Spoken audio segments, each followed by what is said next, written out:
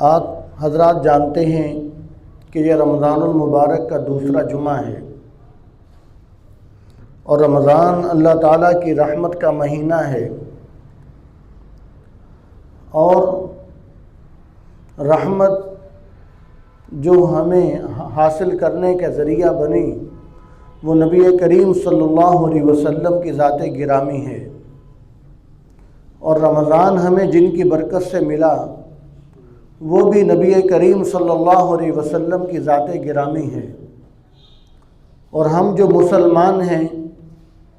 اور ہم جس امت کے اندر ہیں کہ یہ امت تمام امتوں کی سردار ہے، اس کا سبب بھی محض نبی کریم صلی اللہ علیہ وسلم کی ہستی ہے۔ ہم رمضان کے اندر جو بھی تلاوت کرتے ہیں یا روزہ رکھتے ہیں، تراویح پڑھتے ہیں، کوئی بھی خیر کا کام کرتے ہیں تو اس کے پیچھے نبی کریم صلی اللہ علیہ وسلم کی دعائیں ہیں اور آپ صلی اللہ علیہ وسلم کی وجہ سے ہے۔ اگر آپ صلی اللہ علیہ وسلم نہ ہوتے تو آج ہو سکتا ہے کہ اللہ نہ کرے ہم اپنے گناہوں کی وجہ سے بندر یا خنزیر بنا دیے جاتے۔ تو نبی کریم صلی اللہ علیہ وسلم کی ذات گرامی کی وجہ سے ہم سارا سال گناہ کرتے ہیں۔ ہم ایسے گناہ کرتے ہیں کہ پہلی امتوں نے وہ گناہ کیے، ان کو بندر اور خنزیر بنا دیا گیا اور توبہ کی مہلت ہی ختم ہو گئی۔ ہم نبی کریم صلی اللہ علیہ وسلم کی امت میں نہ ہوتے تو شاید ہمارے ساتھ بھی یہی معاملہ ہوتا۔ وہ کون سے گناہ ہیں جو پہلی امتوں نے کیے، ان کو بندر خنزیر بنایا گیا، ان پر عذاب مسلط ہوئے اور آج وہ گناہ نہیں ہو رہے؟ وہ سارے گناہ آج ہو رہے ہیں، لیکن صرف نبی کریم صلی اللہ علیہ وسلم کی ذات گرامی ہے کہ جو اللہ تعالیٰ کی پکڑ کو، عذاب کو روکے ہوئے ہے، اور آپ صلی اللہ علیہ وسلم اپنی رحمت کے پر پوری امت پر بچھائے ہوئے ہیں اور پوری امت کو اپنی رحمت کے پروں میں سمیٹے ہوئے ہیں۔ تو اس لیے ہمیں چاہیے، ہر امتی کو چاہیے کہ آپ صلی اللہ علیہ وسلم کے ساتھ ہر امتی کا تعلق سب سے زیادہ ہونا چاہیے،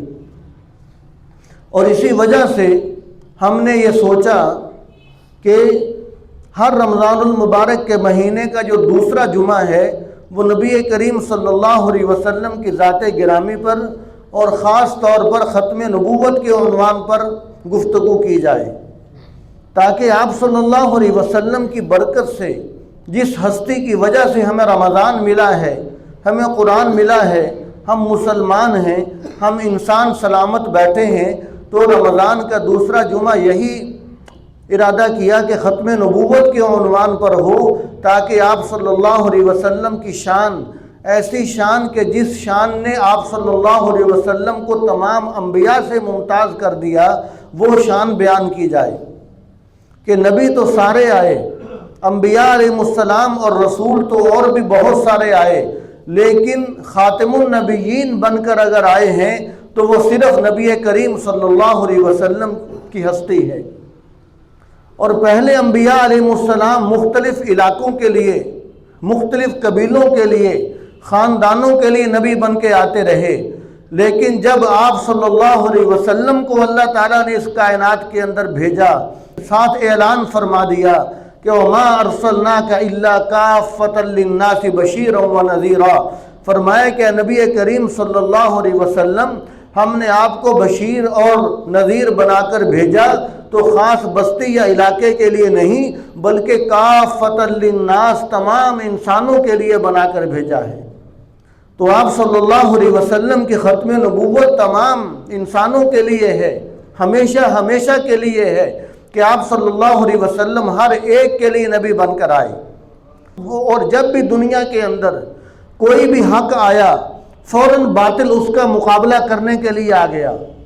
اس لیے کہ شیطان کا بھی وجود ہے، شیطان بھی اپنا وجود رکھتا ہے، وہ بھی محنت اور کوشش کرتا ہے، تو جس درجے کا حق آتا ہے تو اس کے مقابلے میں شیطان فتنہ بھی پھر اتنا ہی بڑا کھڑا کرتا ہے۔ تو آپ صلی اللہ علیہ وسلم آخری نبی بن کر آئے، تو جب یہ آخری نبی آپ کا ہونا یہ بہت بڑا عظیم منصب تھا، یہ آپ کا بہت اعلیٰ مقام تھا، تو پھر شیطان نے اس کے مقابلے میں فتنہ بھی بہت بڑا کھڑا کر دیا کہ ختم نبوت کے انکار کرنے والے، اور اس میں سے اس فتنے کی سب سے پہلی جو اینٹ رکھی شیطان نے وہ مسیلمہ کذاب کی صورت میں رکھی کہ آپ صلی اللہ علیہ وسلم موجود ہیں، تمام جہانوں کے سردار، تمام نبیوں کے سردار، رحمت دو عالم صلی اللہ علیہ وسلم موجود ہیں، اور آپ کی موجودگی میں وہ بدبخت نبوت کا دعویٰ کر رہا تھا۔ اور مسیلمہ کذاب نے جب نبوت کا دعویٰ کیا تو اس نے پھر سفر کیا، تقریباً 1200 کلومیٹر کا سفر کر کے وہ مدینہ منورہ آیا آپ صلی اللہ علیہ وسلم کے پاس۔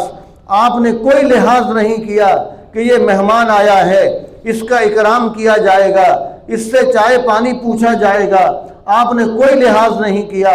اس نے آ کر کہا کہ مجھے بھی آپ اپنی نبوت میں شامل فرمائیں، ہم مل جل کر کام کرتے ہیں، ہم علاقے تقسیم کر لیتے ہیں، کچھ علاقوں کے آپ نبی بن جائیں اور کچھ علاقوں کا نبی اور رسول میں ہوں، لہٰذا اپنی نبوت اور میری نبوت ہم دونوں نبوتیں مل جل کر چلاتے ہیں۔ تو جب مسیلمہ کذاب نے یہ بات کی تو آپ صلی اللہ علیہ وسلم کے ہاتھ کے اندر چھڑی تھی۔ آپ صلی اللہ علیہ وسلم نے فرمایا کہ تو نبوت کی بات کرتا ہے، تو اگر نبوت کی یہ چھڑی بھی مجھ سے مانگے گا تو میں تجھے یہ بھی نہیں دوں گا۔ فرمایا کہ اس لیے کہ یہ ختم نبوت جو ہے اور یہ جو نبوت ہے یہ کوئی ذاتی چیز نہیں ہے، یہ کوئی کسبی چیز نہیں ہے، یعنی یہ ایسا معاملہ نہیں ہے کہ جو میں نے خود اپنی محنت سے حاصل کی ہے، یہ تو وہابی چیز ہے، یہ تو اللہ تبارک و تعالیٰ کی عطا ہے، یہ کوئی اپنی محنت سے حاصل نہیں کرتا۔ اللہ تعالیٰ جس کو چاہتے ہیں اس کو نبوت عطا فرماتے ہیں، اور جس کے بارے میں چاہا اس کو ختم نبوت کا تاج پہنا دیا۔ فرمایا کہ یہ ختم نبوت کا تاج اور یہ نبوت اور رسالت یہ اللہ تعالیٰ کی طرف سے دی گئی امانت ہے، لہٰذا میں اس امانت کے اندر ایک ذرہ برابر بھی خیانت کرنے کے لیے تیار نہیں ہوں۔ فرمایا کہ میں اگر اس امانت میں خیانت کر لوں تو آپ صلی اللہ علیہ وسلم نے فرمایا پھر تو میں خیانت کرنے والا بن جاؤں گا، اور خیانت کرنے والا تو اللہ کا نبی نہیں ہو سکتا، لہذا یہ امانت اللہ تعالیٰ نے میرے سپرد فرمائی ہے، میں اس امانت میں سے ایک چھڑی بھی اگر تو مانگے گا تو میں وہ بھی نہیں دوں گا۔ تو جب مسیلمہ کذاب نے دیکھا کہ یہاں پر دال گلنے والی نہیں ہے تو وہ اپنے علاقے کے اندر گیا، اور اپنے علاقے کے اندر جا کر اس نے لوگوں کو اپنی تبلیغ کرنا شروع کر دی، اور اپنی جماعت اس نے بڑھانا شروع کر دی۔ اور آپ صلی اللہ علیہ وسلم کا جب وصال مبارک ہو گیا، آپ دنیا سے پردہ فرما گئے، تو آپ کے بعد حضرت ابوبکر صدیق رضی اللہ تعالی عنہ نے خلافت سنبھالی، اس لیے کہ آپ صلی اللہ علیہ وسلم خود اپنی زندگی کے اندر اپنا مصلح حضرت ابوبکر صدیق رضی اللہ تعالی عنہ کے سپرد فرما کر گئے تھے۔ تو حضرت ابوبکر صدیق رضی اللہ تعالی عنہ نے جب دیکھا کہ مسیلمہ کذاب کا فتنہ بہت بڑھ رہا ہے، اور اس نے ایک لشکر بہت بڑا تیار کر لیا مسیلمہ کذاب نے، اور اس نے یہ مشورہ کر لیا کہ ہم مسلمانوں پر حملہ کریں گے اور ہم ان کا قلعہ کما کریں گے، ہم مسلمانوں کو ختم کر دیں گے، اور میں نبی ہوں، نبوت آج کے بعد میری ہوگی۔ جب حضرت ابوبکر صدیق رضی اللہ تعالی عنہ نے یہ دیکھا کہ مسیلمہ کذاب کا فتنہ بڑھ رہا ہے اور وہ مسلمانوں پر حملہ کرنا چاہتا ہے، تو حضرت ابوبکر صدیق رضی اللہ تعالی عنہ نے صحابہ کرام کو مشورہ کیا اور صحابہ کرام کو حکم دیا، فرمایا کہ فوراً جنگ کے لیے تیار ہو جاؤ۔ تو حضرت عمر رضی اللہ تعالی عنہ جو پہلے ایک دو موقعوں کے اندر حضرت ابوبکر صدیق رضی اللہ تعالی عنہ کو یہ فرما رہے تھے کہ ابھی نیا آپ کا وصال ہوا ہے، لہذا کچھ عرصے کے بعد ہم جنگی معاملات شروع کریں گے، تو جب ختم نبوت کی بات آئی تو حضرت عمر رضی اللہ تعالیٰ عنہ اٹھ کر کھڑے ہو گئے، فرمایا کہ ابوبکر صدیق سب سے پہلے میرا نام لکھیے، سب سے پہلے میرے بیٹے کا نام لکھیے، سب سے پہلے میرے بھائی کا نام لکھیے۔ فرمایا کہ پہلے تو میں زکوٰۃ کا معاملہ تھا، دیگر معاملات تھے، تو میں آپ کو مشورہ دیتا رہا کہ کچھ عرصے کے بعد ہم جنگ کر لیں گے، ابھی نئے نئے آپ صلی اللہ علیہ وسلم کا وصال مبارک ہوا ہے، لیکن جب ختم نبوت کا معاملہ ہے تو عمر یہ مشورہ کبھی نہیں دے گا کہ کچھ عرصہ ٹھہر جائیے۔ عمر کھڑے ہو کر سب سے پہلے اپنا نام لکھوانا چاہتا ہے کہ پہلے میرے خاندان کا نام لکھیے، اس لیے کہ مسئلہ ختم نبوت کا ہے۔ اور حضرت ابو بکر صدیق رضی اللہ تعالی عنہ، جن کے پاس یہ لقب ہے کہ ارحم امتی بامتی ابو بکر، فرمائے کہ میری امت سے، میری پوری امت کے اندر آپ صلی اللہ علیہ وسلم نے فرمایا جو سب سے زیادہ رحم دل ہے، فرمایا کہ وہ ابو بکر ہے۔ حضرت ابو بکر رضی اللہ تعالی عنہ کو اس امت کا سب سے زیادہ رحم دل انسان آپ صلی اللہ علیہ وسلم نے فرمایا، لیکن جب ختم نبوت کا مسئلہ آیا تو حضرت ابو بکر صدیق رضی اللہ تعالی عنہ مسیلمہ کذاب کا قلعہ کما کرنے کے لیے، اس کو جہنم رسید کرنے کے لیے، جہنم واصل کرنے کے لیے لشکر پہ لشکر بھیج رہے ہیں۔ اور حضرت ابو بکر صدیق رضی اللہ تعالی عنہ نے پہلے حضرت اکرمہ رضی اللہ تعالی عنہ کے ساتھ لشکر روانہ فرمایا، اور پھر اس کے بعد ان کی مدد کے طور پر حضرت ابو بکر صدیق رضی اللہ تعالی عنہ نے حضرت شرحبیل رضی اللہ تعالی عنہ کے ساتھ لشکر روانہ فرمایا، اور پھر اس کے بعد حضرت خالد بن ولید رضی اللہ تعالی عنہ کے ساتھ لشکر روانہ فرمایا۔ اور جب یہ لشکر پہ لشکر مسلمانوں کے جاتے رہے اور ان مسلمیوں کو قتل کرتے رہے، تو جو مسلمہ کذاب تھا، جو بڑا تھا، اس کو یقین ہو گیا کہ اب میری شامت ہے، اس کو یقین ہو گیا کہ اب میں بھی بچنے والا نہیں ہوں، تو اس نے ایک قلعے کے اندر جا کر پناہ لے لی، اور اس قلعے کی دیواریں بہت اونچی اونچی تھیں۔ اس کے ذہن میں یہ تھا کہ اس قلعے کے اندر کوئی بھی داخل نہیں ہو سکے گا، لہذا میرا کوئی بھی کچھ نہیں بگاڑ سکے گا۔ جب اس کے ذہن کے اندر یہ بات تھی اور مسلمانوں نے اس قلعے کے جب محاصرہ کر لیا، تو ایک صحابی حضرت زید بن حبیب رضی اللہ تعالی عنہ، اس لیے کہ صحابہ تو اپنی جان قربان کرنے کے لیے ختم نبوت پر تیار رہتے تھے اور سعادت سمجھتے تھے، تو حضرت زید بن حبیب رضی اللہ تعالی عنہ نے فرمایا کہ اے حضرت خالد بن ولید رضی اللہ تعالی عنہ سے کہا کہ آپ کوئی سیڑھی وغیرہ کا انتظام کرو، آپ کسی طریقے سے مجھے ان کے اندر پھینک دو اس قلعے کے اندر، تو میں جا کر قلعے کا دروازہ کھولوں گا۔ تو انہوں نے اس کا انتظام کیا، اور حضرت زید بن حبیب رضی اللہ تعالی عنہ کو قلعے کے اندر اتارا گیا۔ اب آپ اس بات کا اندازہ لگائیں کہ ایک قلعہ ہو، وہاں پر ان کا جھوٹا نبی موجود ہو، اور اندر سارا ان کافروں کا لشکر ہی لشکر ہے، تو اس قلعے کے اندر ان کافروں کے اوپر چھلانگ لگا دینا ایک مرد مجاہد کا یہ کوئی آسان کام نہیں ہے۔ اس کو بھی پتا ہے کہ میں جب ان کے اوپر گروں گا یہ میرے فوراً ٹکڑے ٹکڑے کر دیں گے۔ تو کیا ہوا، حضرت زید بن حبیب رضی اللہ تعالی عنہ نے جب دیوار کے اوپر چڑھ کر اندر چھلانگ لگائی تو ان کے ساتھ جنگ کرنا شروع کی، اور جنگ کرتے کرتے یہ اکیلے ہیں اور ان کا پورا لشکر ہے، اور وہ پورا لشکر ان کو قتل کرنا چاہتا ہے، ان کا ایک کندھا بھی کاٹ دیا گیا، لیکن پھر بھی حضرت زید بن حبیب رضی اللہ تعالیٰ عنہ قلعے کا دروازہ کھولنے میں کامیاب ہو گئے۔ اور جب قلعے کا دروازہ کھولا تو کیا ہوا، جو باہر مسلمانوں کا لشکر تھا وہ اندر آیا، اور مسلمانوں کے لشکر نے آ کر ان کافروں کو قتل کیا، اور جو ان کا بڑا سردار تھا، نبوت کا دعویٰ کرنے والا جھوٹا مسیلمہ کذاب، اس کو حضرت وحشی رضی اللہ تعالیٰ عنہ نے آ کر قتل کیا۔ اور جب حضرت وحشی رضی اللہ تعالیٰ عنہ نے قتل کیا تو آپ جانتے ہیں کہ حضرت وحشی رضی اللہ تعالیٰ عنہ وہ صحابی ہیں کہ جنہوں نے ایمان لانے سے پہلے حضرت حمزہ رضی اللہ تعالیٰ عنہ کو شہید کیا تھا، اور حضرت حمزہ رضی اللہ تعالیٰ عنہ کے جسم کے ٹکڑے ٹکڑے کیے تھے۔ تو وہ جب اسلام قبول کر لیا تو بعد میں ساری زندگی تمنا کیا کرتے تھے کہ یا اللہ میں نے ایک بہترین انسان کو قتل کیا ہے، میں نے ایک بہترین انسان کو اسلام لانے سے پہلے شہید کیا ہے، کوئی ایسا موقع عنایت فرما کہ میں ایک بدترین انسان کو قتل کروں تاکہ یہ بدلہ برابر ہو جائے۔ تو حضرت وحشی رضی اللہ تعالیٰ عنہ نے دیکھا کہ کہ اس وقت پوری روئے زمین پر سب سے بدترین انسان وہ ہے کہ جو نبوت کا دعویٰ کر رہا ہے،